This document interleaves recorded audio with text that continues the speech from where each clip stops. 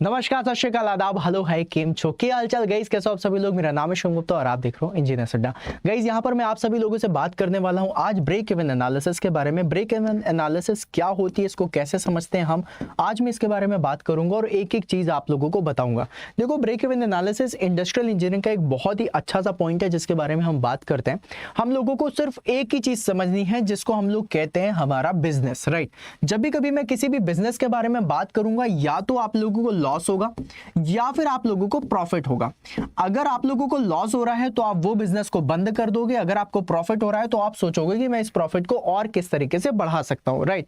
इसमें एक एग्जांपल दूंगा टाटा नैनो का, पहले भी मैंने दिया हुआ है कुछ सेशंस में, अगर आपने देखे हैं इस तरह छोटे सेशंस में तो नहीं दिए, मतलब जो शॉर्ट टर्म के सेशन बना रहा हूं मैं 5-5, 7-7 मिनट के, इसमें आप लोगों को टाटा नैनो का एग्जांपल दूंगा। टाटा नैनो जब आने वाली थी तो बहुत ज्यादा इसका नाम हुआ कि भाई 1 लाख रुपए की कार आएगी, ये होगा वो होगा, लेकिन समटाइम्स ऐसा हुआ कि जो हम लोगों ने सोचा था वैसा हुआ नहीं। वो नैनो कार इतनी ज्यादा चली नहीं मार्केट में और टाटा कंपनी को एक टाइम के बाद उस कार में इतना प्रॉफिट नहीं हो रहा था, राइट।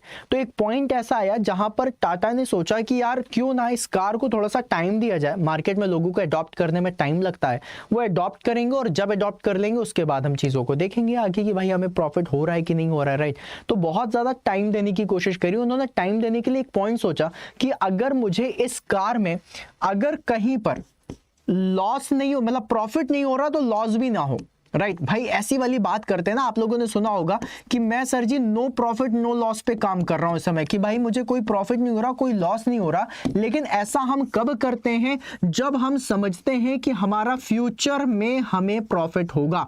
इस बात को हमेशा याद रखिएगा, नो प्रॉफिट नो लॉस में कंपनी सिर्फ और सिर्फ तभी चलना चाहेगी जब उन्हें पता होगा कि मुझे फ्यूचर में प्रॉफिट होगा, और अगर फ्यूचर में प्रॉफिट है तभी मैं ब्रेक इवन पॉइंट पे चलूंगा।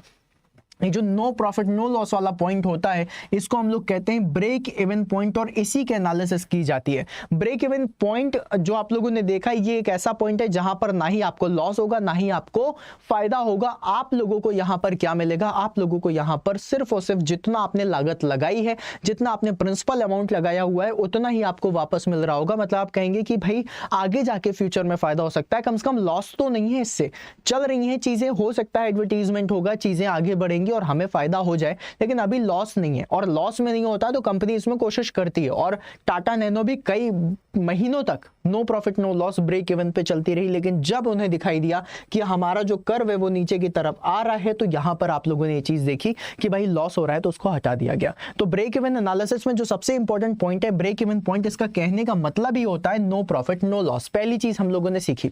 दूसरी चीज, जब भी कभी हम किसी भी चीज को सेल करते हैं तो सेल करने के लिए हमारे पास 2 कॉस्ट होती है। पहली कॉस्ट होती है जिसे हम कहते हैं फिक्स्ड कॉस्ट, भाई जितना हमारा मटेरियल लग रहा है, जितना हमारा रॉ मटेरियल का कॉस्ट है, that is the fixed cost. और दूसरी कॉस्ट होती है वेरिएबल कॉस्ट, जिसमें फैक्ट्री ओवरहेड कॉस्ट आती है कि भाई फैक्ट्री में सुपरवाइजर है, फैक्ट्री में आप लोगों ने कई सारे मैनेजर्स को बैठा के रखा है, गार्ड को बैठा के रखा है, उनके लिए एसी लगाए, सारी चीजें सब कुछ मिला करके वेरिएबल कॉस्ट होती है। सेलिंग कॉस्ट वगैरह सब कुछ जोड़ते हैं, तो सेलिंग कॉस्ट जो होती है आपकी वो क्या हो जाती है, fixed cost plus variable cost. अगर आप फिक्स्ड कॉस्ट और वेरिएबल कॉस्ट को जोड़ दें, जैसे कि फॉर एग्जांपल अगर मैं यहां पर बात करूं तो ये इस जगह से इतनी क्या होती है आप लोगों की फिक्स्ड कॉस्ट होती है।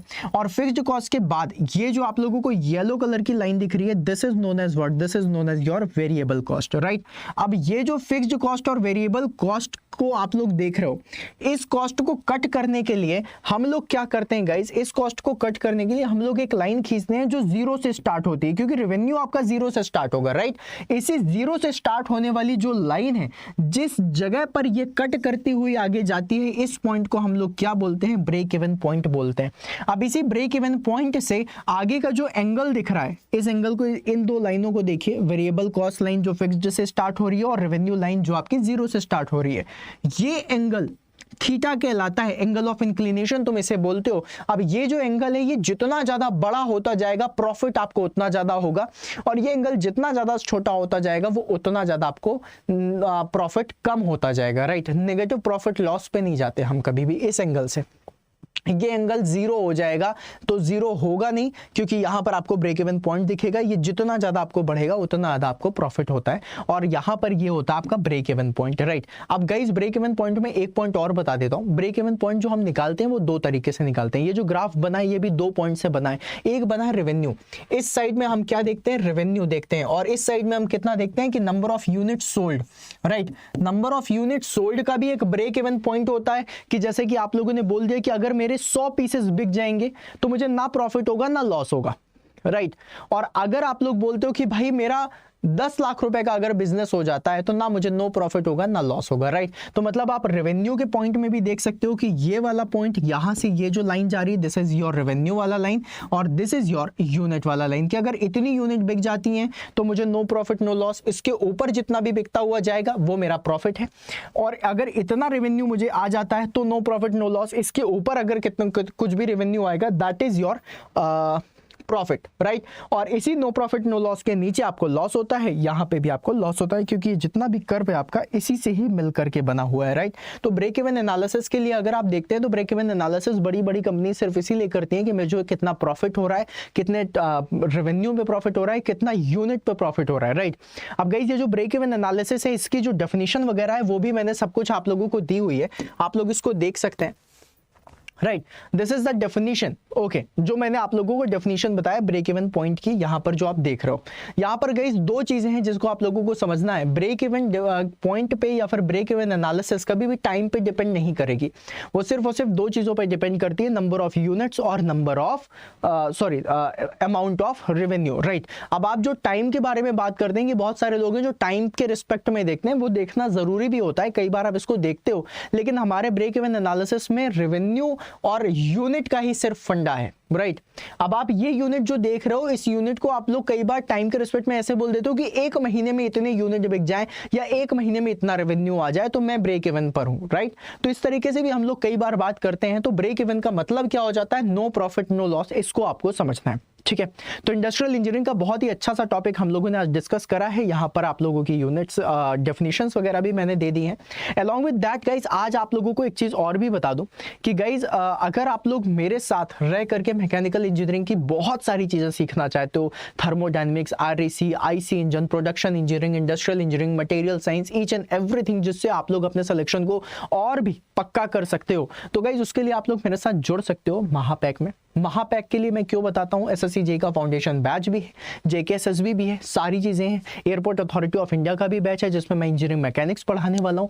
गाइस मैं महापैक के लिए इसलिए बताता हूँ क्योंकि जो मेरी जेकेएसएसबी जेई पे क्लासेस चल रही हैं, जो मेरी एसएससी जेई फाउंडेशन पे चल रही है, जो मेरी एयरपोर्ट अथॉरिटी ऑफ इंडिया पे क्लासेस चल रही हैं, वो सारी की सारी क्लासेस आप लोगों को महापैक में मिल जाती हैं।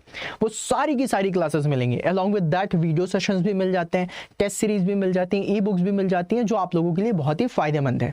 और आप लोग यहाँ पर देख पा रहे हो कि नीचे लिखा हुआ प्राइस राइज होने वाला है। तो गाइस प्राइस राइज होने से पहले अगर आप लोग सेशन को एनरोल कर लेते हो अपने बैचेस में, मतलब अपने बैच को एनरोल कर लेते हो, आप लोगों को बहुत सारा फायदा हो जाएगा। तो इसी फायदे के लिए चलो आज गाइस बात कर लेते हैं हम लोग कि किस तरीके से आपको फायदा होगा। तो इसके लिए आप लोगों को जाना है अड्डा 24/7 की वेबसाइट पे। वो कहां से जाओगे, गूगल क्रोम खोलना, गूगल क्रोम पर यहां पर लिख देना अड्डा 24/7, और जैसे आप इसको ओपन करोगे आप लोगों को यहां पर ये आप लोगों को वेबसाइट देखने के लिए मिल जाएगी। अब गाइस ये जो वेबसाइट आप लोग देख रहे हो, दिस इज द वेबसाइट जहां पर आप लोग सारा का सारा पूरा का पूरा बैचेस देख सकते हो। अब अगर आप इस बैच को देखना चाहते हो तो इस बैच में आप लोगों को ऑल कोर्सेज में क्लिक करना है, गेट और इंजीनियरिंग एग्जाम्स में क्लिक करना। यहाँ पे लिखा हुआ है इंजीनियरिंग महापैक।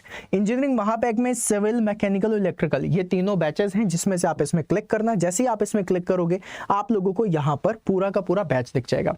ये जो बैच है ये बैच है गाइस, अगर आप इसको देखो तो 16,000 का, लेकिन आप अगर अभी इसमें कोड लगाते हो, ये जो कोड लिखा हुआ है YE75, तो इससे आपको ये बैच 3,999 का पड़ेगा। This is way too much. इसको थोड़ा और कम करते हैं। इसको थोड़ा और कम करने के लिए गाइस आप लोगों को यहाँ पर कूपन कोड लगाना है Y166। क्या लगाना है, Y166। देखिए मैंने यहाँ पर लिख दिया है Y166। जैसे ही आप Y166 लगा करके यहाँ पर अप्लाई करोगे, ये बैच आपका 3600 रुपीज का हो जाएगा, मतलब 300 रुपए और कम हो जाएंगे।